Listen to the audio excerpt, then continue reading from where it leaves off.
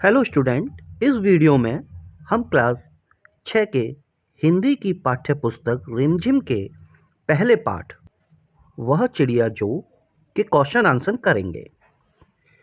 ये पाठ हम अपने चैनल पर पहले ही अपलोड कर चुके हैं। जिन्होंने वो नहीं देखा उनके लिए मैं इस चैप्टर की वीडियो का लिंक डिस्क्रिप्शन में दे रहा हूँ। आप वहां जाकर देख सकते हैं। ठीक है, तो चलते हैं हम क्वेश्चन आंसर पर। ठीक है, प्रश्न अभ्यास यहां से शुरू करते हैं कविता से। पहला प्रश्न है, कविता पढ़कर तुम्हारे मन में चिड़िया का जो चित्र उभरता है उस चित्र को कागज पर बनाओ।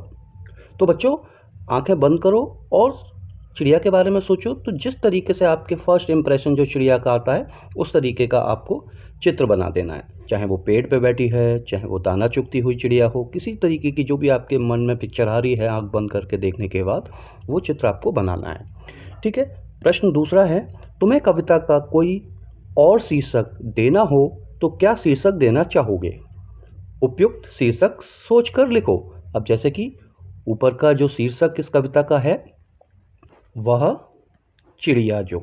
ठीक है, तो आपको अगर शीर्षक देना हो इस कविता को तो क्या देंगे? आप कुछ भी सोच सकते हैं चिड़िया के बारे में, प्यारी चिड़िया, ठीक है, नन्ही चिड़िया, इस तरीके का कोई भी शीर्षक आपके जो लगता है वो आप दे सकते हैं। ठीक है, प्रश्न नंबर 3 पे आते हैं। इस कविता के आधार पर बताओ कि चिड़िया को किन किन चीज़ों से प्यार है। ठीक है, यहाँ पे मैंने उत्तर दिए हुए हैं। उत्तर 3, चिड़िया को निम्नलिखित चीज़ों से प्यार है, जैसे कि कविता में है उस तरीके से, अन्न से, नदी से और विजन जंगल से। ठीक है, इन 3 चीज़ों से चिड़िया को प्यार है।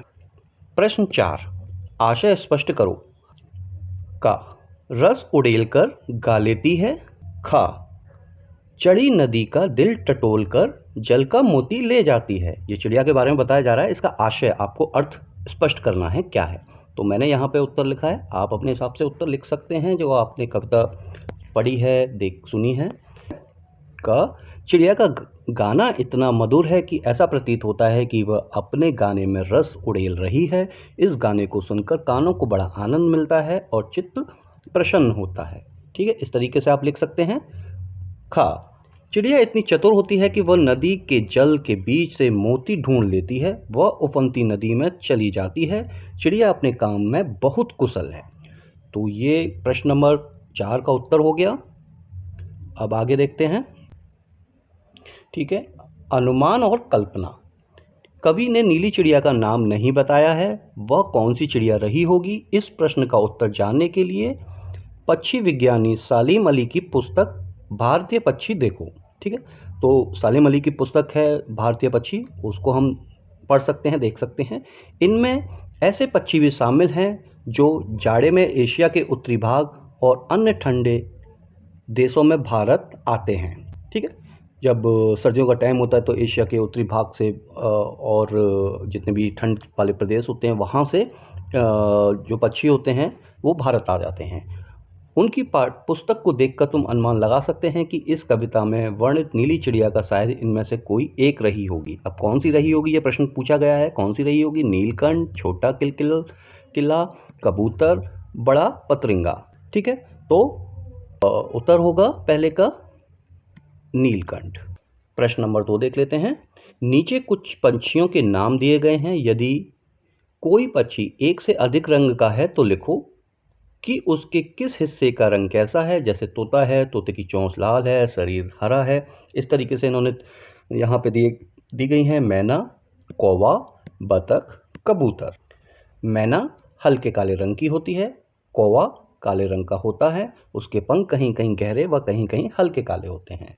अब बतख की चोंच व पाँव हल्के पीले रंग के होते हैं, पूरा शरीर सफ़ेद रंग के पंखों से ढका होता है। और कबूतर स्लेटी रंग का होता है, उसकी आंखें लाल, पाँव गुलाबी रंग के होते हैं, उसकी गर्दन पर हल्का काला सतरंगी सा एक निशान होता है, एक झलक देखने को मिलती है।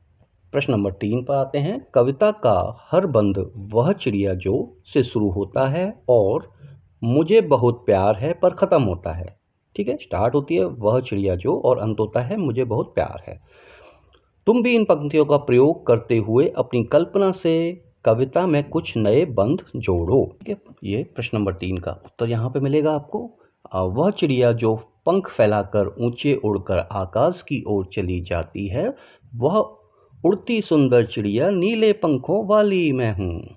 ठीक है, तो ये इस तरीके से आप भी कुछ अपना बंद बनाकर इस तरीके का बना के जो सिनोनिम्स टाइप से मिलते जुलते हों, आप उस तरीके से एक लय के रिदम के ऊपर बना के लिख सकते हैं। 3-4 लाइन का लिख सकते हैं।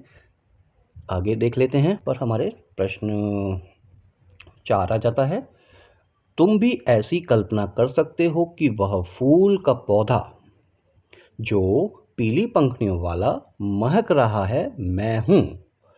उसकी विशेषताएं मुझ में हैं।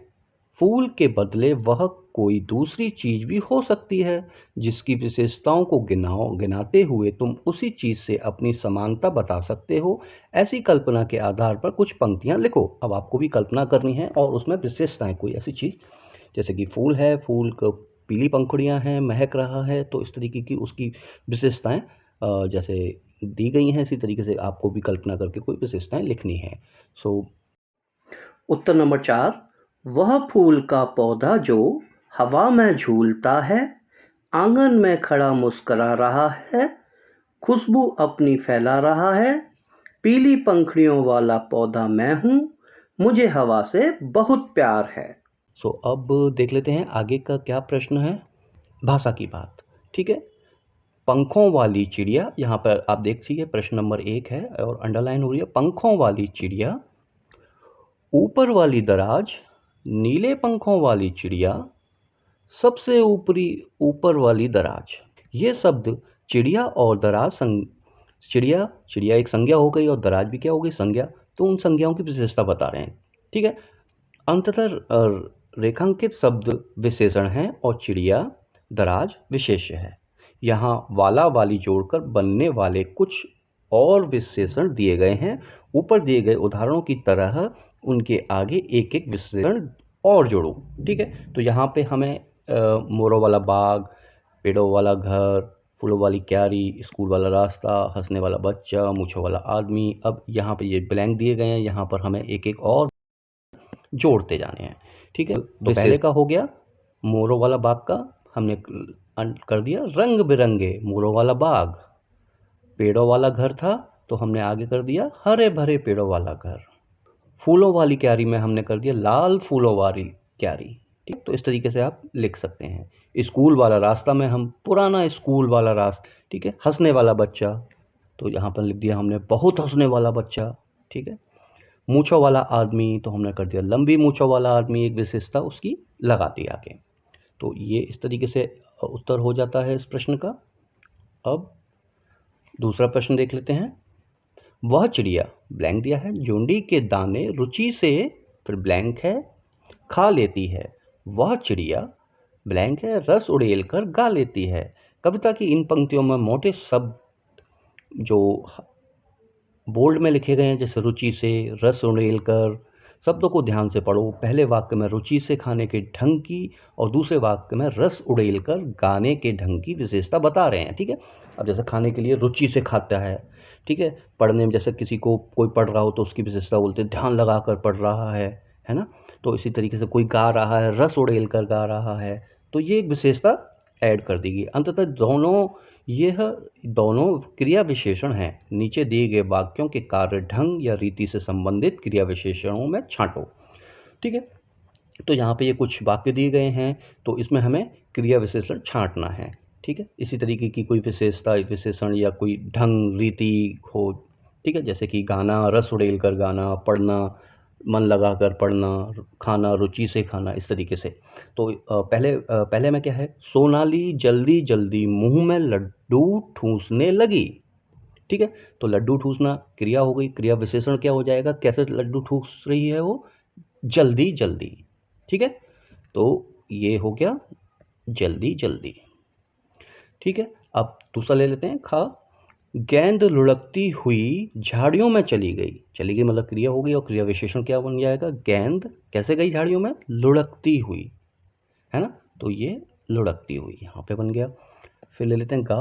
भूकंप के बाद जनजीवन सामान्य होने लगा। ठीक है, सामान्य क्या होने लगा? जनजीवन कैसे सामान्य होने लगा? धीरे धीरे। तो ये क्रिया विशेषण हो गया, धीरे धीरे सामान्य होने लगा। घ, कोई सफ़ेद सी चीज ढप से आंगन में गिरी। कैसे गिरी? गिरी मतलब कि क्रिया होगी, क्रिया विशेषण कैसे गिरी? ढप से। एक ढंग बताया जा रहा है कि कोई सफ़ेद सी चीज ढप से गिरी। ठीक है, डाले लेते हैं। टॉमी फुर्ती से चोर पर झपटा। कैसे झपटा चोर पर? फुर्ती से। ढंग बताया जा रहा है ना, तो ये क्रिया करने का ढंग, फुर्ती से झपटा। चा में देखते हैं, तेजिंदर सहम कर कोने में बैठ गया। कैसे कैसे बैठ गया? सहम कर। ठीक है, तो ये हो जाती है क्रिया विशेषण। छा, आज अचानक ठंड बढ़ गई। क्या होगी? ठंड बढ़ गई, अचानक। एक विशेषण है, अचानक ठंड बढ़ गई। ठीक है, तो इसको प्रैक्टिस करिएगा। तब तक के लिए गुड बाय, थैंक यू।